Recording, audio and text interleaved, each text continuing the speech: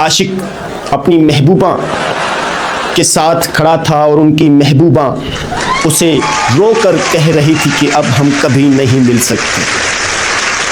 तो ठरकी आशिक ने कहा, देखो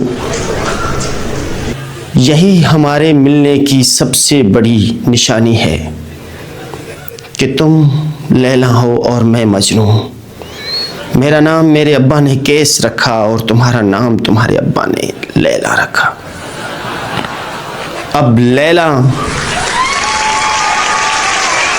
अब जो लैला है वो अपने ठरकी मजनू के मुंह से ये डायलॉग सुनते बोलने लगी, क्या कर सकते हो मेरे लिए तुम मजनू नहीं हो सकते। और ठरकी मजनू ने फिर बोला,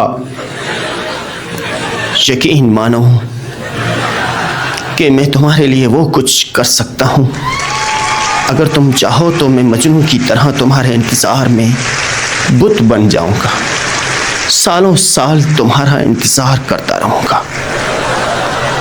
अगर तुम चाहो तो मैं रांझे की तरह तुम्हारे रास्ते में सुबह से रात तक बांसुरी बजाता रहूंगा, वो सुर बजाता रहूंगा, शायद कि किसी सुर से तुम्हारे बेरहम अब्बा को मेरी मोहब्बत का यकीन हो जाए। तो यहाँ पर भी बात ना बनी और ठरकी मजनू की महबूबा ने, लैला ने उनसे कहा कि तुम मेरी मोहब्बत में क्या कर सकते हो। देखो केस, ये सब फिल्मी डायलॉग्स हैं। हकीकत तो ये है कि तुम मेरे लिए कुछ भी नहीं कर सकते। यहाँ पर बड़ा गुस्सा चढ़ गया ठरकी मजनू को और कहने लगा, लैला तुमने मेरी मोहब्बत पर उंगली उठाई है।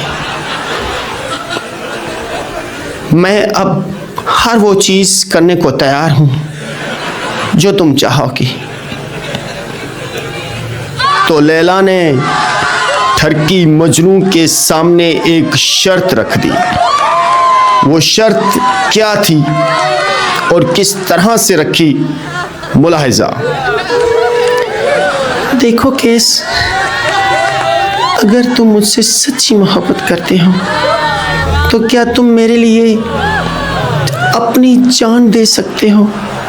तो ये बात सुनकर ठरकी जो मजनू था वो उसी वक्त ही इमोशनल हो गया।